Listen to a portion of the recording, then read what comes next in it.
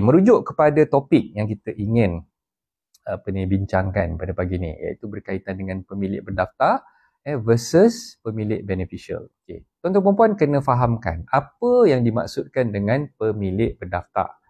Okey, apa yang dimaksudkan dengan pemilik berdaftar? Okey, pemilik berdaftar ni sebenarnya tuan-tuan dan puan, jika anda membeli rumah ataupun tanah, biasanya anda akan menandatangani perjanjian jual beli ataupun sale and purchase agreement, ataupun kita panggil sebagai SNP ataupun SPA.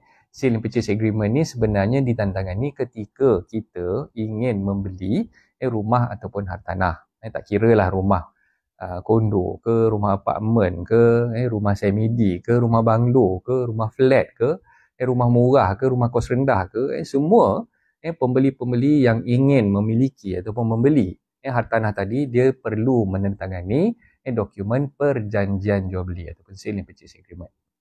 Okey, sejurus selepas kita menandatangani sale and purchase agreement, pada masa yang sama peguam akan menyediakan satu lagi dokumen. Satu lagi dokumen, iaitu dokumen pindah milik ataupun lebih sinonim yang kita panggil sebagai borang 14A. Borang 14A, pindah milik ataupun borang 14A. Okey, jadi borang pindah milik ataupun borang 14A ni sebenarnya ditandatangani serentak ketika mana kita menandatangani perjanjian jual beli. Okey, kalau sekiranya tuan-tuan dan puan membeli hartanah yang ada geran, maksud dia hartanah tersebut dah dikeluarkan gerannya, dah ada gerannya oleh yang dikeluarkan oleh pejabat tanah. Okey, tuan-tuan dan puan akan menandatangani perjanjian jual beli tadi tu bersama dengan borang pindah milik ataupun borang 14A itu tadi. Okey, so sejurus selepas anda menandatangani borang 14A itu, maka borang 14A tersebutlah yang akan digunakan untuk kita daftarkan pindah milik daripada nama penjual kepada nama pembeli, nama anda sebagai pembeli tadi, di pejabat tanah. Maka itulah yang kita panggil sebagai instrumen pindah milik. Itulah sebenarnya dokumen yang kita daftarkan di pejabat tanah. Okay? Jangan salah faham, kita tak daftarkan SPA tersebut di pejabat tanah, tapi kita daftarkan dokumen 14A tadi di pejabat tanah. Kenapa? Sebab dokumen 14A ini adalah salah satu statutory document. Statutory document ni maksud dia dokumen yang telah pun digariskan ataupun diwajibkan di bawah akta, di bawah statute. Bila saya sebut statute ni, masing-masing dah berkerut dahi kan, tak faham apa maksud statute. Statute ni sebenarnya adalah akta. Okey, jadi bila merujuk kepada urusan jual beli hartanah, urusan jual beli hartanah ni statute-nya ataupun aktanya adalah kanon tanah negara yang perlu didaftarkan di pejabat tanah. Untuk memastikan bahawa nama anda sebagai pembeli akan didaftarkan di dalam rekod pejabat tanah ataupun akan didaftarkan di dalam geran tanah ataupun hartanah rumah tersebut. Jadi itulah sebenarnya yang menjadikan anda sebagai seorang pemilik berdaftar. Selagi mana dokumen 14A ataupun borang pindah milik tadi tidak didaftarkan di pejabat tanah, selagi itulah anda belum lagi menjadi seorang pemilik berdaftar.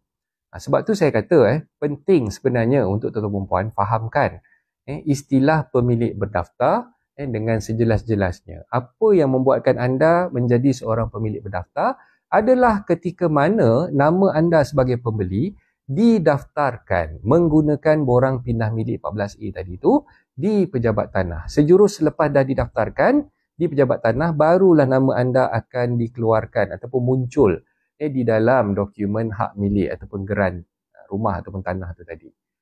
Kalau misal kata anda menandatangani perjanjian jual beli semata-mata, anda tidak menandatangani borang 14A ataupun orang yang menyediakan dokumen pindah milik tadi tu, peguam ke sesiapa sajalah yang menyediakan dokumen pindah milik tadi tu, anda dah tanda tangan. Tapi dia tak daftarkan pindah milik ataupun borang tadi tu di pejabat tanah, maka anda belum lagi menjadi seorang pemilik berdaftar.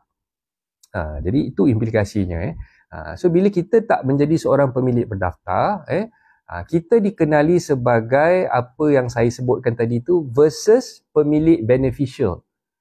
Pemilik beneficial ni maknanya pemilik yang berkepentingan sahaja. Dia belum lagi mendaftarkan ataupun namanya belum lagi didaftarkan di dalam dokumen geran.